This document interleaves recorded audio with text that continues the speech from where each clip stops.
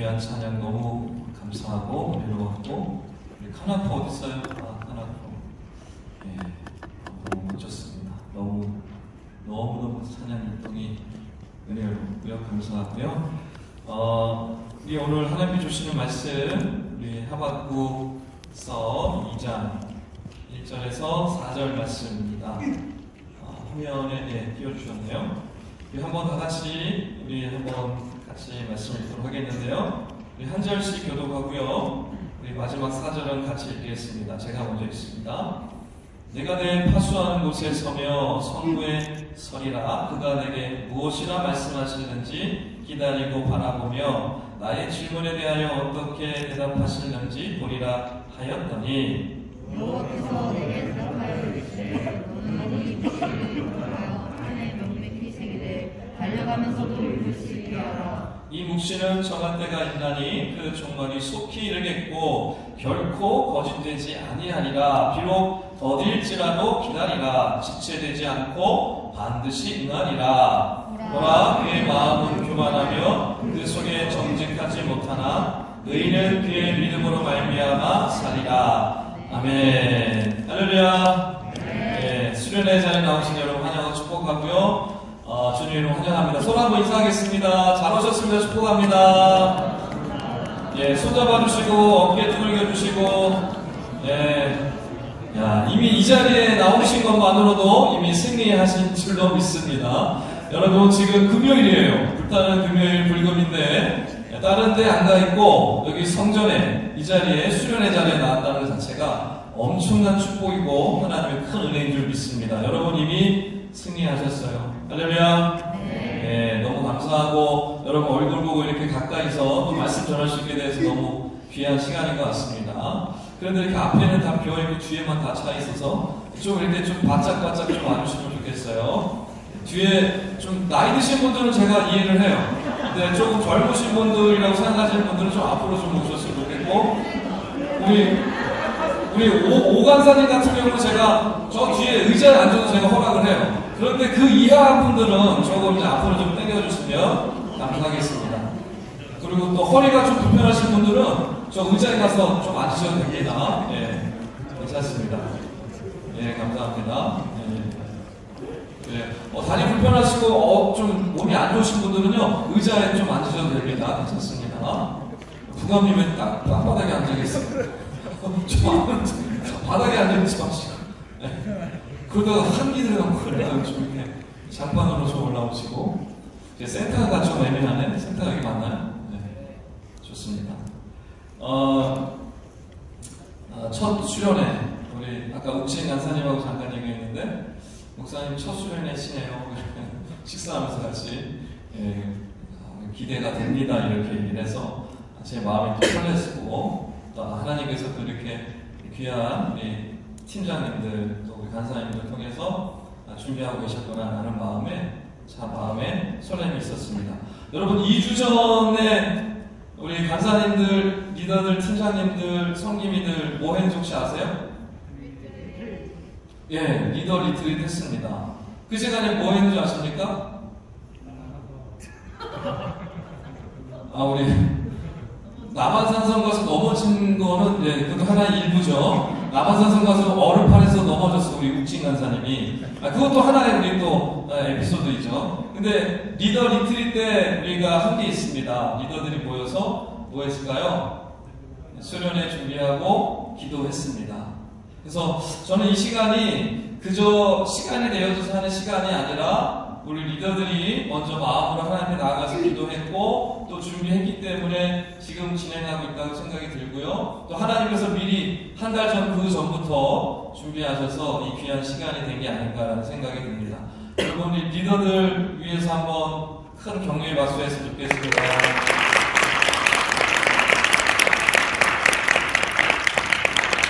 혹시 영상 있나요? 예, 잠깐 보겠습니다. 넘어지는 장면도 지금 보이네요.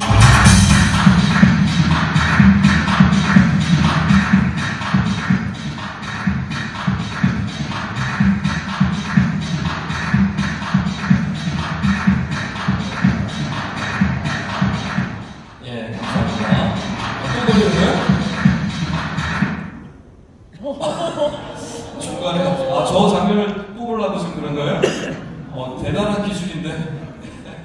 감사합니다. 여러분 리더들이 마음으로 또 갑자기 저건 또 왜 나올까요?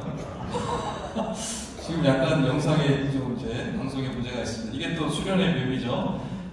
어쨌든 우리 리더들이 있어서 이 귀한 시간이 준비된 것 같고요. 하나님께서 미리 준비하신 귀한 시간들이니까 여러분 마음도 누리셨으면 좋겠고 하나님의 은혜를 풍성히 누리셨으면 좋겠습니다. 할렐루야. 네.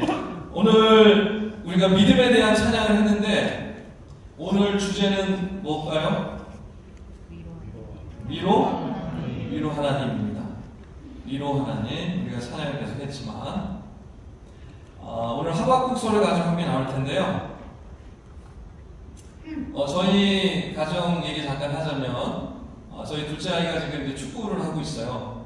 근데 전에 한번 제 아내가 저한테 그런 얘기를 했습니다.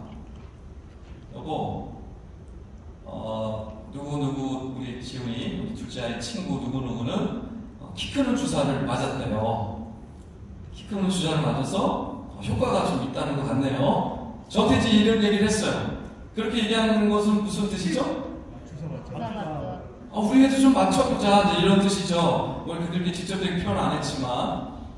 그래서 제가 그때 이런 얘기를 했어요. 왜냐하면 주사 한 대 값이 수십만 원이고 매주 몇 개월을 맞아야 되는 거예요. 그러니까 뭐 엄청난 비용이 많이 들어가겠죠. 제가 다 감당할 수 없기 때문에 제 아내한테 이제 이렇게 얘기를 했습니다. 주사도 좋지만 밥을 잘 먹이시다. 밥을 잘 먹이고 저는 키가 작지만 당신이 키가 크니까 분명 지훈이도 키가 클 겁니다. 이렇게 위로하고 또 이런 얘기를 했어요. 야구로 큰 키가 얼마나 힘을 내겠습니까? 밥심으로 잘할 수 있으면 하나님께 맡기십시다. 이렇게 이제 얘기하고 넘어갔어요. 근데 사실 제 마음에는요, 한켠에는요, 이런 생각이 들었어요. 한번 맞춰볼 수 있을까? 이런 생각이 조금 들어서 이제 저희 둘째 볼 때마다 조금 마음에 안쓰러움, 안타까움이 있습니다. 그게 부모의 마음인 것 같아요. 친구들을 보면 부유한 집들이 굉장히 많아요. 돈 걱정하지 않는 분들이 축구를 하는 친구들이 대부분 이제 그런 가정인데 그런 가정을 보면서 이런 생각이 들었습니다. 이 세상은 이 세상은 공평한가? 여러분 어떻게 생각하십니까? 이 세상은 공평하다고 생각하십니까? 공평한가요? 하나님은 공평하시다라는 얘기를 하죠. 하나님은 정말 공평하실까요? 네, 대답하기가 애매하죠.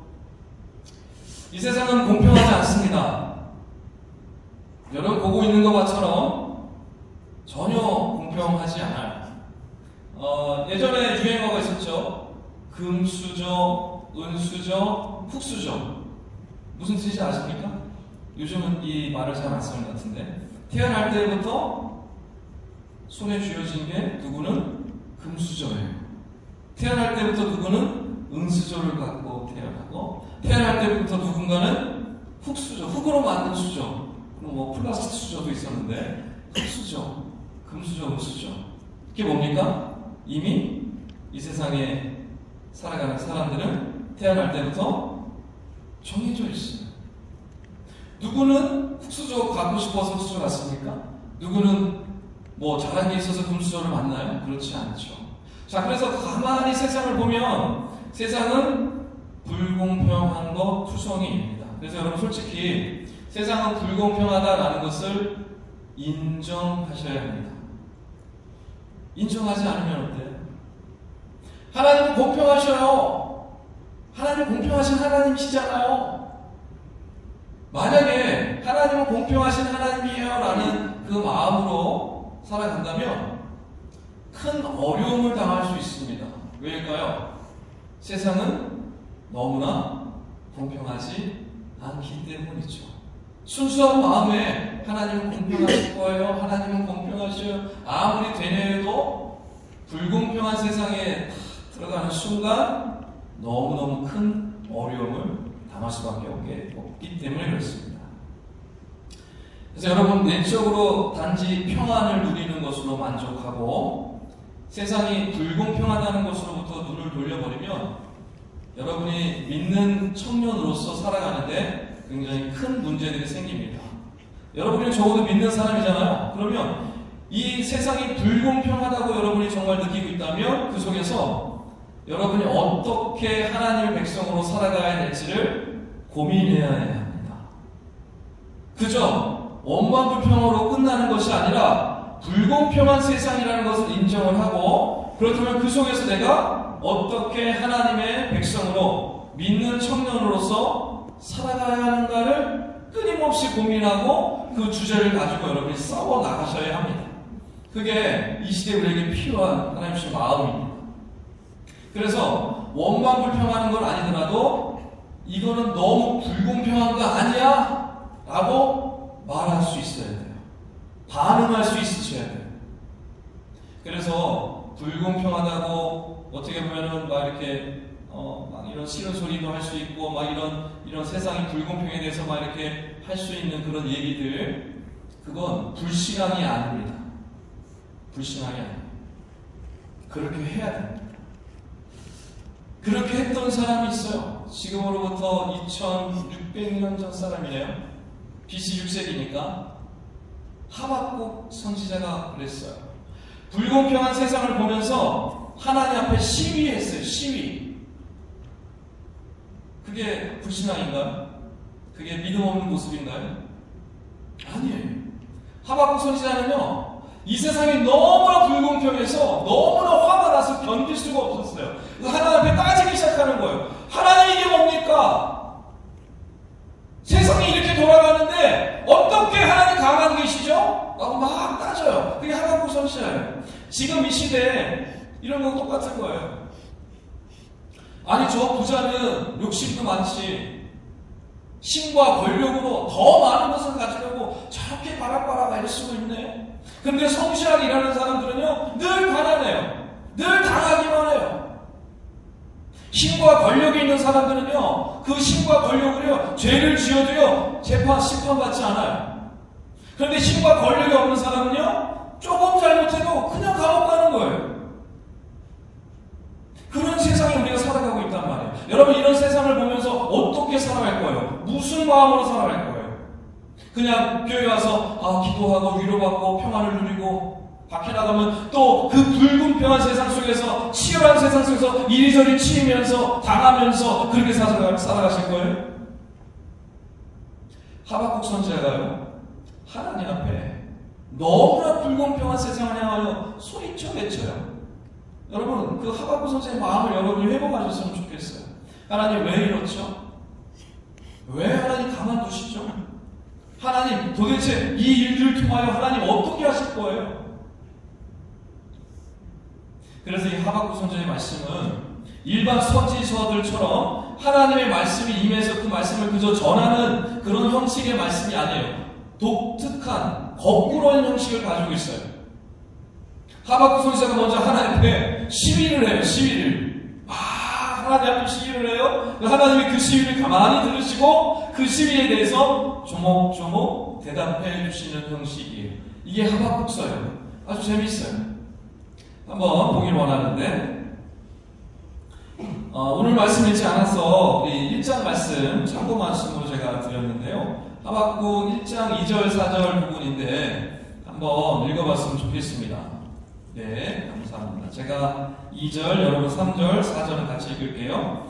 여호와여, 내가 부르짖어도 주께서 듣지 아니하시니 어느 때까지이리까? 내가 강포로 말미암아 외쳐도 주께서 구원하지 아니하시나이다. 3절. 어찌하여 내게 죄악을 보게 하시며 패역을 눈으로 보게 하시려니까? 어쩌다가 강포가 내 앞에 있고 별과 분쟁이 일어나나이다. 같이요. 이러므로 율법이 해하였고 정의가 전혀 수행되지 못하오니 이는 악인이 의인을 애워쌌으므로 정의가 굳게 행하여 짐이니이다. 뒤에가 잘렸어요? 잘렸네요. 네. 자, 악인이 의인을 삼키는데 하나님 왜 가만히 계십니까? 라고 얘기하는 거예요. 두 가지 불만을 가지고 있어요. 왜 이럽니까? 세상은. 두 번째, 언제까지 하나님 가만히 계실 겁니까? 이게 두 번째. 여러분 지금도 똑같잖아요. 세상을 가만히 보세요. 왜 이래요 하나님? 너무 불공평한 거 아니에요? 선하고 착하고 의로운 사람들이 고통당하고 악인들이 판을 치고 악인들이 더 부자가 되고 더 많은 것 갖고 저렇게 누리고 살아가는데 이런 세상 너무 불공평한 거 아닙니까? 왜 가만히 계셔요? 그리고 언제까지 그렇게 두실 거예요? 라는 거예요.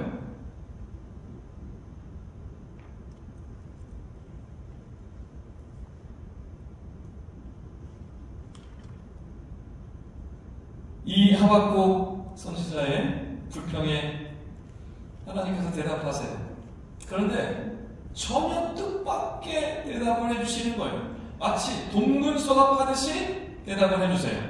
한번 보겠습니다. 하박국 1장 5절 말씀인데요. 5절 말씀 다 같이 한번 읽겠습니다. 여호와께서 시작. 여호와께서 이르시되 너희는 여러 나라를 보고 또 보고 놀라고 또 놀랄지어다. 너희의 생전에 내가 한 가지 일을 행할 것이라. 누가 너희에게 말할지라도 너희가 믿지 아니하리라. 아멘. 아멘. 그 이하의 말씀을 보면 이런 내용이에요. 갈대아 군대를 이스라엘에 보내서 그들을 짓밟고 그들을 끌고 갈 거야. 이 말씀을 지금 해주시는 거예요. 하박국은 분명히 이 세상의 불공평에서 악인이 의인을 삼켜버리고 이렇게 불공평한 세상 속에 살아가고 있는데 하나님 왜 가만히 있어요? 언제까지 이러실 거예요? 라고 질문했는데 시위한 거죠. 근데 하나님은요,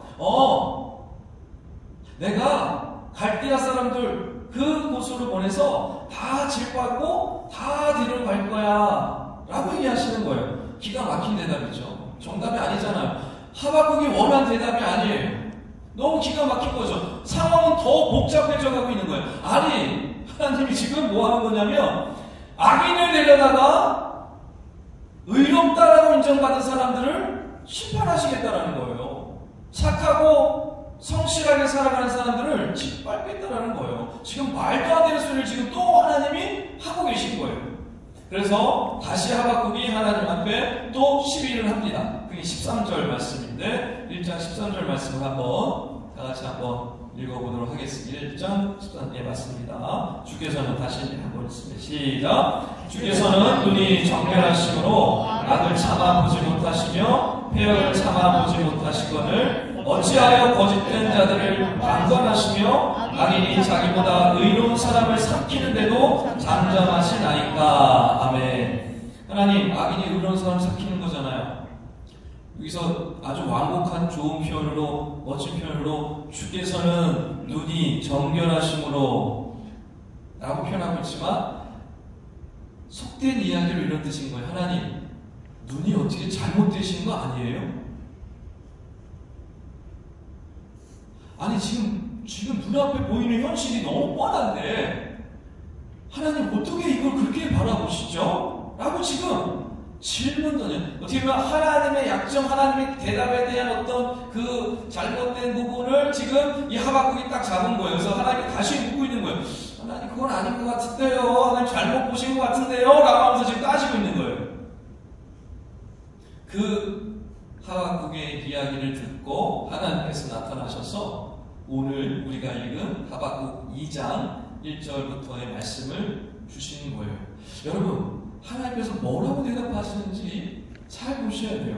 왜냐하면 지금 이 시대에 우리가 살아가고 있는 이 불공평한 세상에 하나님께서 어떻게 우리가 살아가야 될지를 정확히 말씀해주고 있기 때문에 그래요. 그래서 여러분, 말씀 한번 다시 보겠는데요. 2절에서 3절 말씀입니다. 하박국 2장 2절에서 3절. 제가 2절 읽고 여러분 3절 읽겠습니다. 여호와께서 내게 대답하여 이르시되 너는 이 묵시를 기록하여 판에 명백히 새기되 달려가면서도 읽을 수 있게 하라. 3절. 이 묵시는 정한 때가 있나니 그 종말이 속히 이르겠고 결국 거짓되지 아니하리라. 비록 거짓되라도 기다리라. 지체되지 않고 반드시 응하리라. 아멘. 너는 이것을 판에 새겨서 달려가는 사람들도 볼 수 있게 하라라는 거예요. 판의 색이라는 것은 아주 잘 보이게 색에 넣으라는 거예요. 누군가가 막 뛰어가면서도 볼 수 있게, 저기 지금 청년부 수련회 한다고 써있네, 이렇게 볼 수 있도록. 그래서 누구나 뛰어가는 사람들도 빠르게 지나가는 사람들도 한눈에 볼 수 있도록 이 이야기, 이 약속, 이 말씀을 굳게 새겨놔라라고 말씀하시는 거예요. 이 이야기는, 이 말씀은 너무너무 중요한 메시지다라는 것을 보여주라는 거예요. 이제 하나님의 약속의 말씀을 주시면서 그 얘기하는 겁니다. 그래서 이 묵시가 바로 그 약속이라는 말씀이고요. 그래서 그 약속에 대해서 뭐라냐? 반드시 실행된다. 정한 때가 있다. 지금 하박국 계속 그랬잖아요. 언제까지입니까? 언제까지? 그런데 언제요? 정한 때가 있어. 그때가 반드시 올 거야. 그런데 지금은 아니야. 기다리라는 거예요. 거기 4절 말씀, 3절 말씀에 중간에 보면 비록 더딜지라도 기다리라. 지체되지 않고 반드시 응하리라. 반드시 그 때가 있고 그 때가 이르러서는 그 약속이 성취가 될 것인데 좀 더 기다려. 비록 더딘 것처럼 느껴져도 너는 기다려라. 지금 하나님께서 하박국에게 말씀하고 있는 거예요. 하박국은 물어봤잖아요. 하나님 언제까지 이 불공평한 세상 가만두실 거예요? 언제까지요? 그랬는데 아직 때는 안 됐어. 더 기다려야 돼. 라고 얘기하는 거예요. 여러분 기다리는 거 많이 해보셨습니까? 기다리는 게 쉽습니까? 어렵습니까? 지금 합격을 기다리는 분이 있을 거예요. 합격 소식을 기다리는 분이 있을 거예요. 시험이 잘 안 돼서 오랫동안 시험을 준비해서 합격을 기다리는 분이 있어요. 근데 그분에게 더 기다려 하면 어때요, 마음이? 쉽지 않죠. 또 중요한 것을 오랫동안 프로젝트를 준비했는데 잘 안 됐어요. 그 사람에게 다음 기회에 한 번 더 기다리세요 라고 하면 어때요? 보통 일이 아니에요. 뭔가를 기다린다는 거, 뭔가를 참아낸다는 거 굉장히 어려운 문제예요. 그런데 하나님 지금 하박국에게 너 기다려. 더딜지라도 기다려야 돼. 좀 더 기다려. 지금은 아니야. 그러나 때는 반드시 올 거야. 라고 지금 하박국에게 말씀해주고 있는 거예요. 자, 그렇다면 여러분, 하나님께서 이렇게 말씀하시는 이유가 뭘까요? 이 세상에 살아가는 수많은 믿음의 사람들이요, 이 믿음으로 살아가고 있기 때문에 그래요. 오늘 이 믿음에 대한 개념을 여러분이 확실히 하고 가야 되는데, 그냥 나는 믿습니다 해가지고 하는 그 믿음에 대한 이야기가 아니에요. 여러분 지금까지 믿음을 그저 지적인 동의 정도의 수준으로 생각하고 지금까지 신앙생활 하셨다면 오늘부로 그 생각을 바꾸셔야 돼요. 믿음은 믿습니다 해가지고 생기는 게 아니에요. 그 믿음을 말씀하고 있지 않아요. 오늘 하박국에게 주시는 이 믿음에 대한 메시지는요, 단순히 지적 동의, 지혜, 인식, 동의하는 어떤 그런 개념이 절대로 아니에요. 하나님께서 이제 4절 말씀을 주시는데, 이 4절 말씀은 이 시대에 믿음이 있다고 하는 사람들 가운데 기다리고 기다려도 답이 없는 사람들이 있어요. 여기도 분명히 있을 거예요. 내가 하나님이 약속하신 그 말씀을 지금까지 붙들고 살아왔는데 나에게 임한 여러 어려움들이, 고난들이, 고통들이 끊임없이 계속 반복되어지고 사라지지 않는 경험들을 여러분 하시는 분들이 있을 거예요. 분명히 하나님께서 이렇게 약속해 주셨는데 이 약속은 언제 나에게 오는 거지? 라고 의문을 갖고 계신 분들이 있을 거예요. 내가 언제까지 이 믿음을 지켜야 되는 거지? 라고 고통스러운 가운데 있는 분들이 있을 거예요. 그분들은 오늘 말씀, 4절 말씀을 분명히 여러분 붙드셔야 돼요. 그분들에게 주신 말씀이에요. 믿음으로 살려고 발버둥치지만 더 이상 견딜 수 없을 것 같을 때, 믿음으로 지금까지 잘 견디고 버텼지만 더 이상은 한 발짝도 못 나갈 것 같을 때, 그런 사람들에게, 그런 믿음의 사람들에게 이 말씀을 주시는 거예요. 그 믿음이 과연 여러분 뭘 뜻하는가? 하나님께 주신 말씀이 뭔가? 4절 말씀을 통해서 우리가 반드시 다시 정확히 봐야 돼요. 4절 말씀을 하나님께 주시는데요, 이 하박국에게 이 놀라운 메시지를 주십니다. 4절 말씀 우리 다 같이 한번 읽기 원하는데, 보라, 시작. 보라, 그의 마음은 교만하며 그 속에서 정직하지 못하나 의인은 그의 믿음으로 말미암아 살리라. 아멘. 그의 마음이라 할 때 그는 앞에 계속해서 나왔던 악인이에요. 악인. 여러분, 성경에서 악인은 나쁜 짓 하는 사람이 아닙니다. 하나님을 믿지 않는 교만한 사람을 뜻해요. 성경의 악인은 죄 짓고 나쁜 짓 하는 사람이 아니에요. 하나님을 믿지 않는 교만한 사람이에요. 정직하지 못하다라는 뜻이 바로 그런 의미가 들어있어요. 즉, 교만하여서 하나님을 믿지 않는 사람, 그 악인이에요. 그런데 의인은 어떻게 돼요? 뭐라고 말씀하시냐면 믿음으로 말미암아 살리라 라고 말씀하세요. 여기서 하나님께서 악인은 죄짓고 나쁜 사람, 갈대아 사람 이런 사람들 얘기하는 게 아닙니다. 또 의인은 이스라엘 백성들이 이렇게 얘기하지 않아요. 하나님은 오직 믿음이 있느냐 없느냐를 말씀하시는 거예요. 이거 지금에까지도 이어지는 말씀입니다. 지금 이 시대에 착하게 사는 사람도 있고 나쁘게 사는 사람도 있죠. 근데 하나님이 착한 사람, 나쁜 사람 얘기하는 게 아니에요. 믿음이 있느냐 없느냐로 말씀하시는 거예요. 그래서 그 믿음이 무엇이냐 우리가 정확히 알아야 됩니다. 여러분, 세상은 사람들을 어떻게 구분합니까? 피부 색깔로 구분하죠. 여러분, 유럽이나 이런 미국에 살아보신 분들은 아시겠지만 백인들이 황색인들을 엄청 우습게 여깁니다. 지금 유럽도 지금 뉴스에도 얼마 전에 나왔는데 이태리 여행 갔던 우리 젊은 20대 청년들이 단체로 이태리에서 열몇 명의 여러 청년들한테 공격당하고 폭행을 당했어요. 이도도 다 뺏기고. 그러면서 막 중국 사람이라고 막 비아냥거리고 놀리고 했다는 거예요. 이 시대는 여전히 그러고 있어요. 아무리 지식이 발달되고 과학이 발달돼도 세상 사람들은요, 피부색으로 사람들을 판단해요. 또 사람을 어떻게 판단합니까? 가진 거로 가지고 판단하죠. 부자, 가난한 사람. 또 뭐를 판단합니까? 학벌로 판단하죠. 많이 배운 사람, 적게 배운 사람. 차별하잖아요. 또 요즘은 외모로 판단한다고 하더라고요. 잘생겼느냐, 못생겼느냐. 옆에 한번 보세요. 한번 판단 한번 해주세요. 잘생겼나, 못생겼나? 예쁘게 생겼나? 못나게 생겼나? 왜 수근수근 하십니까? 오관사님? 네? 오관사님 자신 있으세요? 자신 있대요. 네? 저도 인정해요. 우리 오관사님 잘생겼어. 객관적으로 봤을 때 누구 닮았어? 연예인 누구 닮았지? 그 이름이 생각이 안 나는데 누구요? 예, 어쨌든 누구 닮았대요? 간사님 잘생겼어요.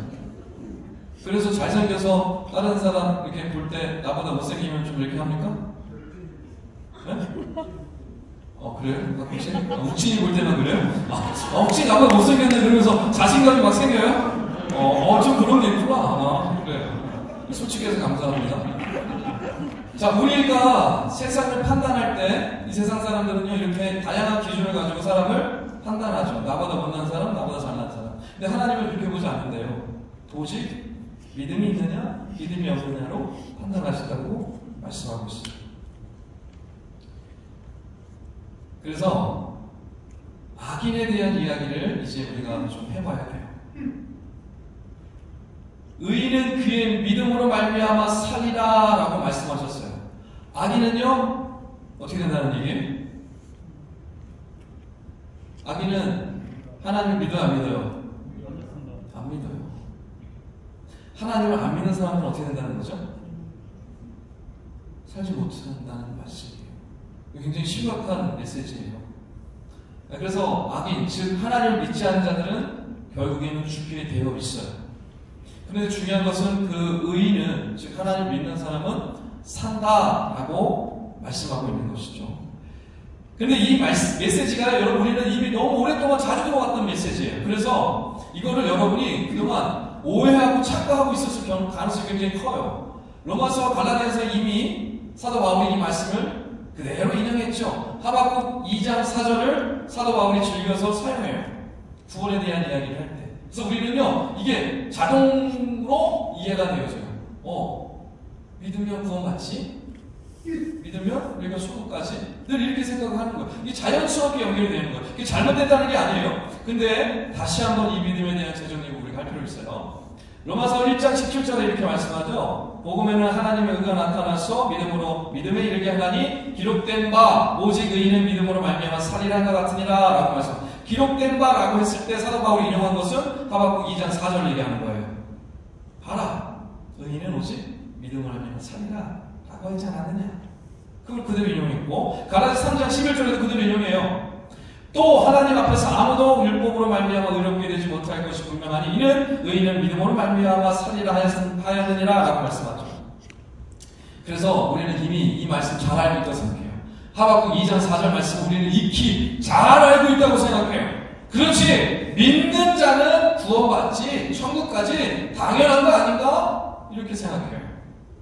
맞는 말씀이고 당연한 말씀인데요. 하박국 2장 4절이 과연 믿는 것 이꼬르 구원, 믿는 자 이꼬르 천국, 이런 메시지를 하고 있을까?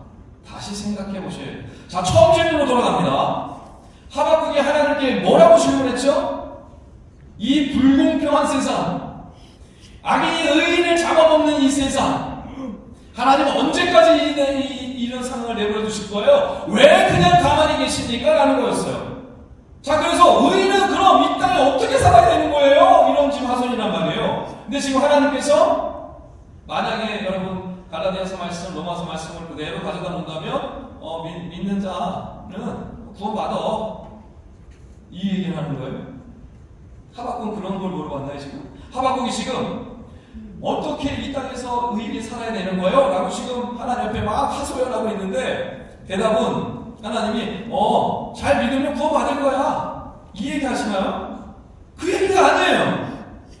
하박국이 얘기하는 건 뭐예요? 지금 여기서 어떻게 사느냐고요 물어봤어요. 그러면 하나님이 지금 여기서 어떻게 살 수 있어? 라고 말씀해 주는 거예요.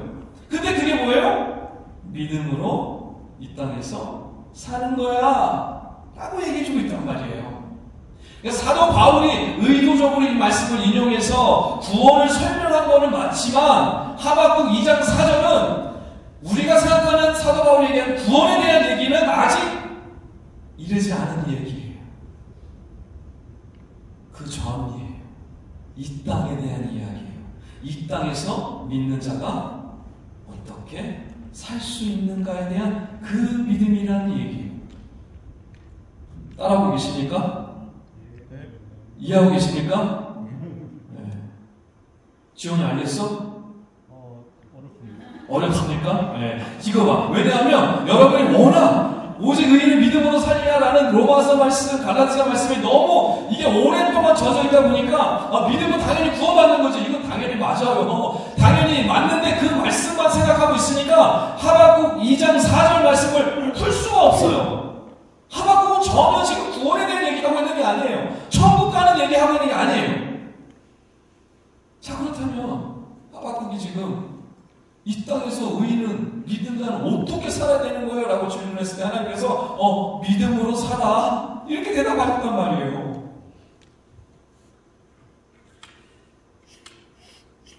하나님을 믿는 사람들이 믿음으로 살아가죠, 당연히. 그런데 그 믿음으로 살아갈 때 힘들 때가 너무 많잖아요. 그렇지 않아요? 불공평한 세상 속에 살아갈 때 특별히 너무 억울하잖아요. 하나님께서 분명히 말씀해 주신 게 있는데, 약속해 주신 게 있는데 그냥 참다가 그냥 죽어버리면 끝나는 거예요. 하박국은 그게 싫은 거예요. 그걸 견딜 수가 없는 거예요. 아니, 하나님 살아계시는 걸 알겠고 하나님이 말씀을 하고 약속해 주신 걸 알겠고 다 알겠고 믿겠는데 지금 이 땅에서 내가 지금 사는 게 너무 힘들다는 거예요. 하나님께 그걸 따신 거예요. 그래서 그 얘기를 하나님이 해주시는 거예요. 오늘 본문을 제대로 이해하려면 이 믿음이라는 단어를 여러분 다시 보셔야 합니다. 믿음이라는 단어는 히브리어에서 온 거죠. 신약 성경은 헬라어로 기록된 것이고 히브리 성경에 믿음은 도대체 뭐라고 써있나, 무슨 뜻인가를 알면 되겠죠. 믿음은 히브리어로 에무나라는 단어입니다. 다 같이 한번 따라해볼게요. 에무나. 에미나가 아니고 에무나. 믿음은 에무나예요. 다시 한번 따라합니다. 에무나. 그게 믿음이라는 단어로 번역이 된 거예요. 그런데 구약 성경에 이 에무나라는 단어가 49번 쓰였어요. 구약 전체 찾아보니까 49번이나 이 단어가 쌓여있어요. 그만큼 중요한 뜻이 있겠죠? 그런데 다른 성경을 다 찾아보면 뭐라고 우리나라 말로 번역을 해놨냐면 견디다, 버티다 라는 뜻으로 번역을 해놨어요. 오직 하박국서 2장 4절만 믿음이라는 단어로 해석을 해놓은 거예요. 그래서 우리나라 말로 번역을 할 때 구약 성경 다 다른 데 세우는 에무나라는 단어를 견딤, 견고함, 버팀이라고 다 해석을 해놨거든요. 근데 유독 하박국 2장 4절만 믿음으로 번역을 해놓은 거예요. 그러니까 무슨 뜻이냐면 에무나라는 단어는 단순히 믿습니다 할 때 그 믿음이라는 단어가 아닌 거예요. 원래부터 견딤, 버팀이라는 단어예요. 그래서 이 말씀을 다시 사실 번역해야 돼요. 오직 의인은 믿음으로 말미암아 살리라 라는 것이 아니라 오직 의인은 뭐로 말미암아 살리라? 버팀으로 말미암아 살리라. 오직 의인은 견딤으로 말미암아 살리라 라는 뜻입니다. 이게 우리가 지금까지 알고 있었던 오직 믿음으로 말미암아 살리라라는 구원과 천국과 연결하는 거하고 다른 메시지인 거예요. 그래서 지금 하박국 선지자에게 주셨던 하나님의 이 메시지 에무나라는 이 단어 견디고 버티면 살 거야.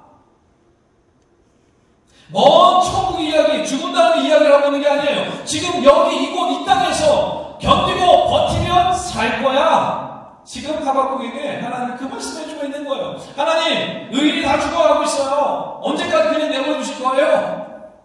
도대체 왜 이러시는 거예요? 도대체 언제까지 기다려야 돼요? 이 에무나라는 단어를 여러분 다른 성경에서 보면 의미가 더 확실해져요. 이 에무나라는 단어를 우리가 가장 먼저 발견할 수 있는 성경 구절은 출애굽기 17장입니다. 출애굽기 17장은 무슨 얘기하냐면 이스라엘 백성들이 출애굽한 거예요. 애굽에서 탈출해서 광야 생활하는 중에 이 전쟁을 치르게 됩니다. 아말렉하고 싸우게 되는데요. 여호수아가 현장에 가서 아말렉이랑 막 전쟁을 해요. 근데 모세는 저 산 위에서 손을 들고 있어요. 이렇게 팔을 높이. 근데 손을 들고 있으면 여호수아가 아말렉 군대를 막 이기고요. 팔이 힘들어. 그래서 팔이 점점 좀 내려와. 팔이 내려오면 여호수아가 아말렉 군대한테 지는 거예요. 그러니까 손을 들고 있으면 이기고 손을 내리면 지는 이런 이상한 지금 상황이 펼쳐진 거예요. 그때 이런 말씀이 있어요. 우리 한번 출애굽기 12장 12절 말씀을 한번 읽어보기를 원하는데 한번 띄워주시기 바랍니다. 예, 감사합니다. 다 같이 한번 읽겠습니다. 모세의 팔이 시작. 모세의 팔이 피곤함에 그들이 돌을 가져다가 모세의 아래 놓아 그가 그 위에 앉게 하고 아니 왜 말씀을 가려요? 네, 다시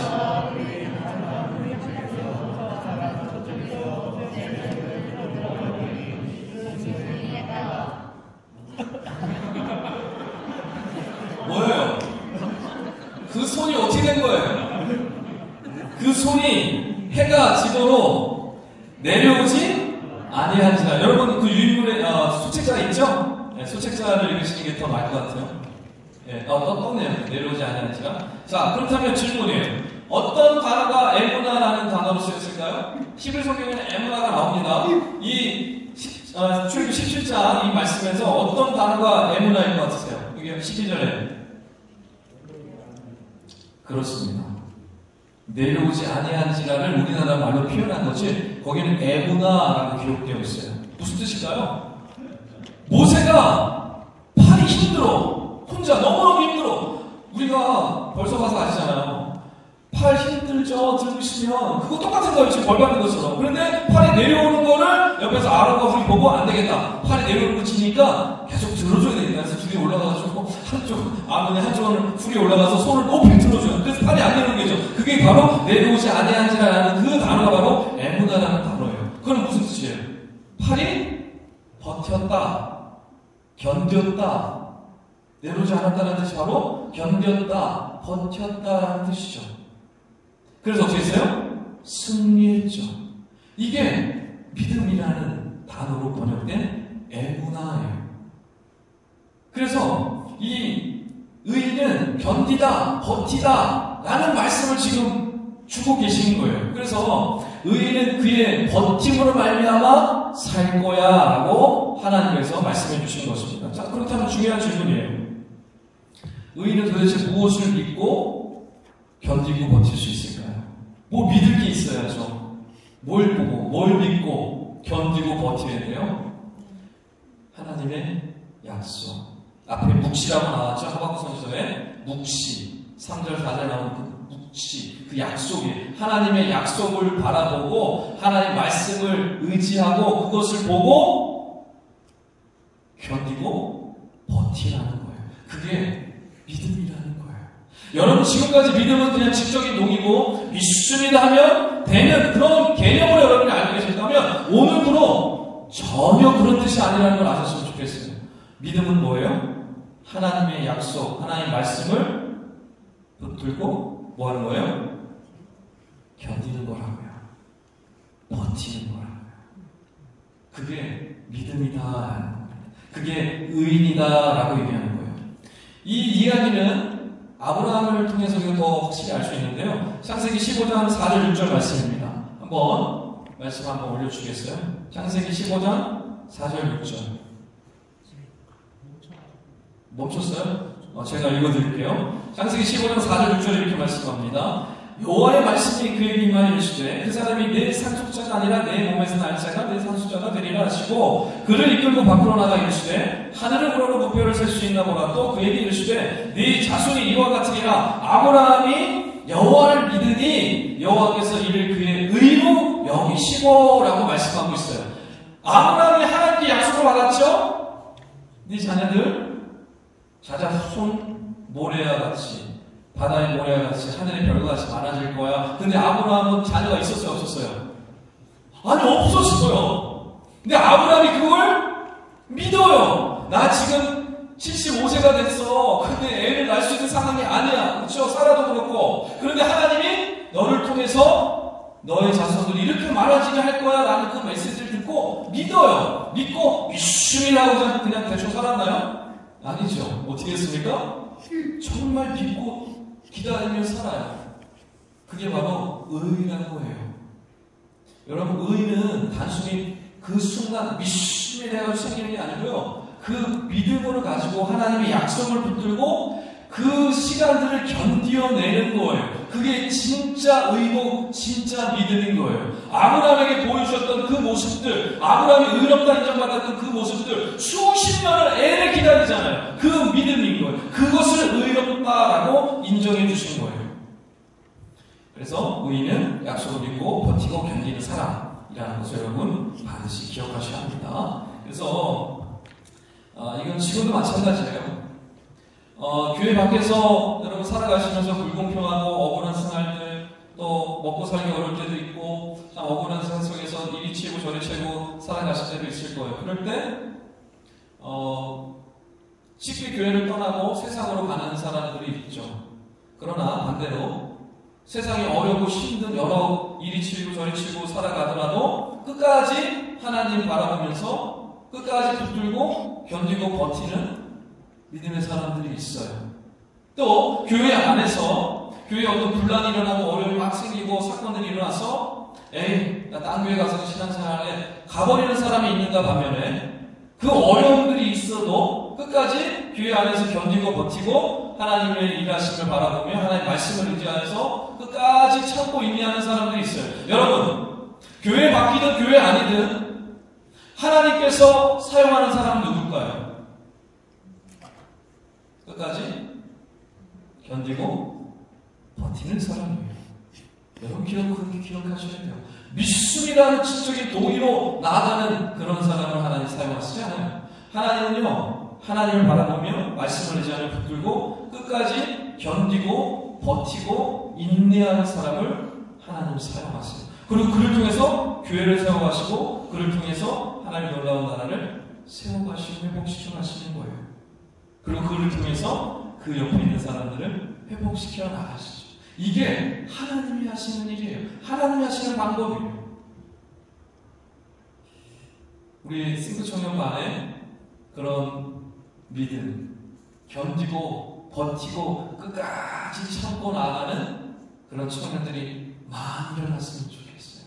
그저 말로만 믿습니다 고백하는 사람들이 아니라 그저 세상에서 잠시 잠깐 나는 믿는 사람이에요 라고 고백하는 정도가 아니라 어떤 사회에 처하더라도 어떤 어려움 가운데 있더라도 어떤 고난과 수모를 당한다 하더라도 끝까지 이 악물고 견디고 버티고 참고 인내하는 그런 믿음의 청년들이 많이 일어났으면 좋겠어요. 하나님은요 그런 분들을 통해서 놀랍게 역사하실 거예요. 마지막으로 이런 질문이 드실 거예요. 과연 이런 것이 가능할까? 지금 하박국 성경을 통해서 우리가 봤는데 믿음은 버팀으로 견딤으로 살게 될 거라고 분명히 말씀해 주셨는데 정말 이런 일이 일어날 수 있을까? 가능할까? 어떻게 그게 가능하지? 그런 의문이 있으신 분들이 있을 거예요. 오늘 영상 볼 수 있나요? 전사님? 예. 벤허, 잠깐만요. 이제 영상 제가 말씀드리면 열어주시고요. 벤허라는 여러분이 태어나기 전에, 제가 태어나기 전에, 아마 우리 장로님도 태어나기 전에 영화일 거예요. 1950년대 영화니까. 그러나 지금 이 시대 인류의 가장 최고의 영화라고 손을 꼽으면 누구나 다 벤허라고 얘기해요.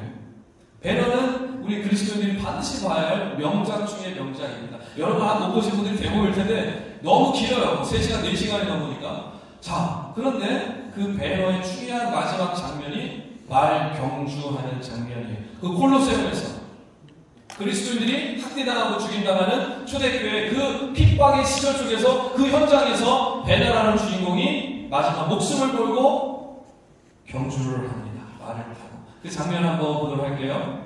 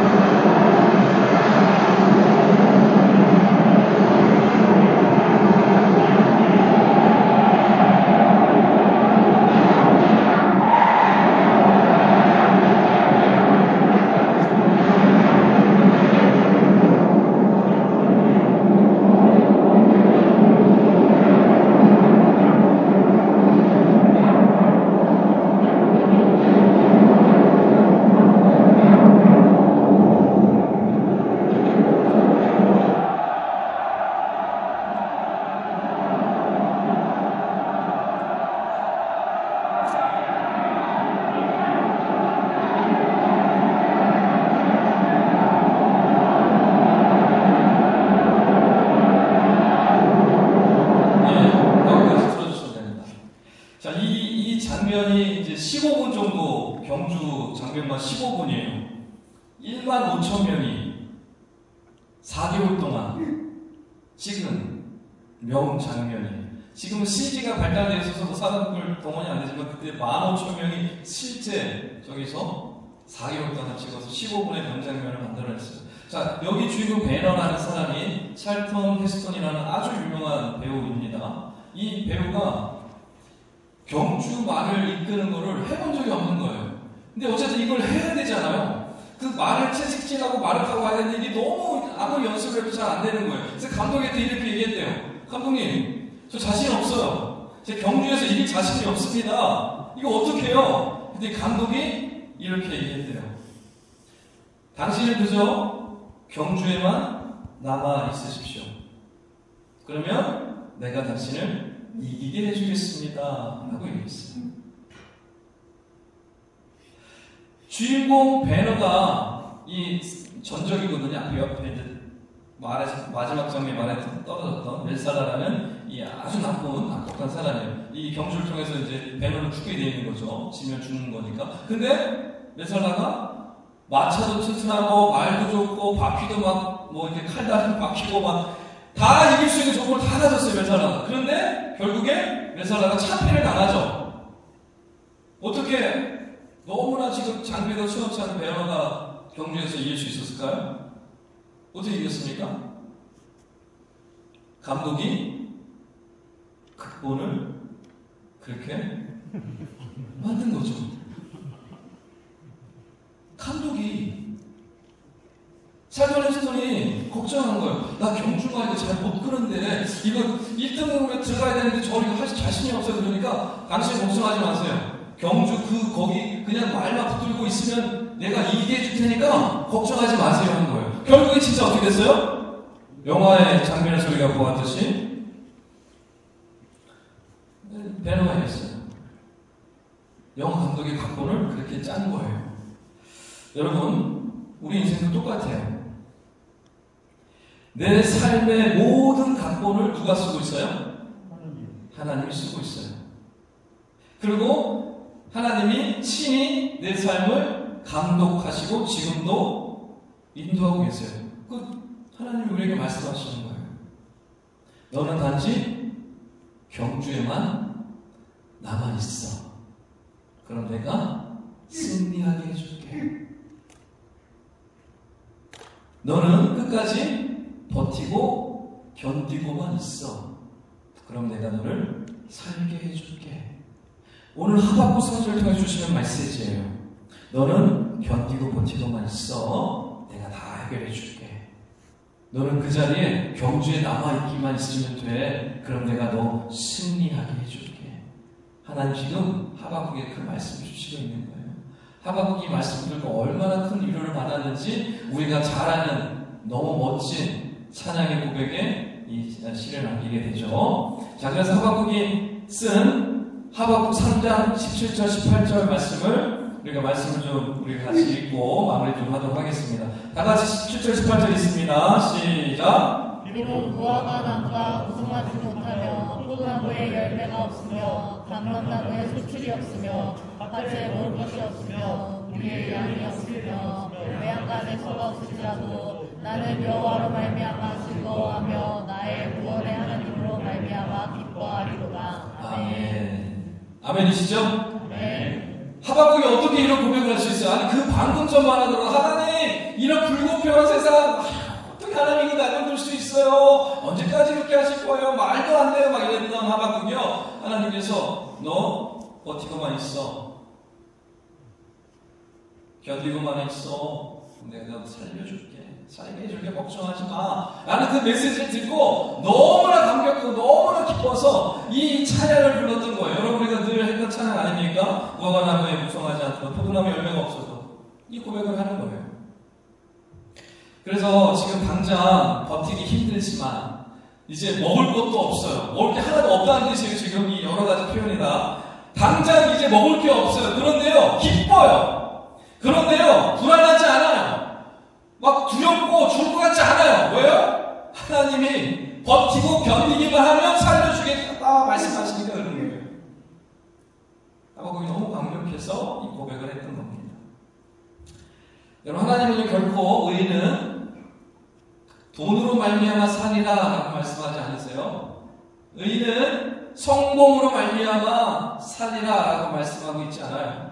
의인은 학벌로 말미암아 살이라 라고 말씀하지 않아요. 의인은 하나님을 바라보는, 하나님의 말씀을 바라보고 의지하는 그 약속을 붙들고 나아가는, 그래서 끝까지 견디고 버티고 인내하는 자를 하나님이 살게 해주시겠다라고 말씀해 주세요. 여러분 이 말씀 붙드셨으면 좋겠어요. 여러분 지금 처한 환경들이 어떠한지 저는 다 알지 못하지만 다른 사람에게 얘기할 수 없는 그런 어려움들도 있으실 거예요.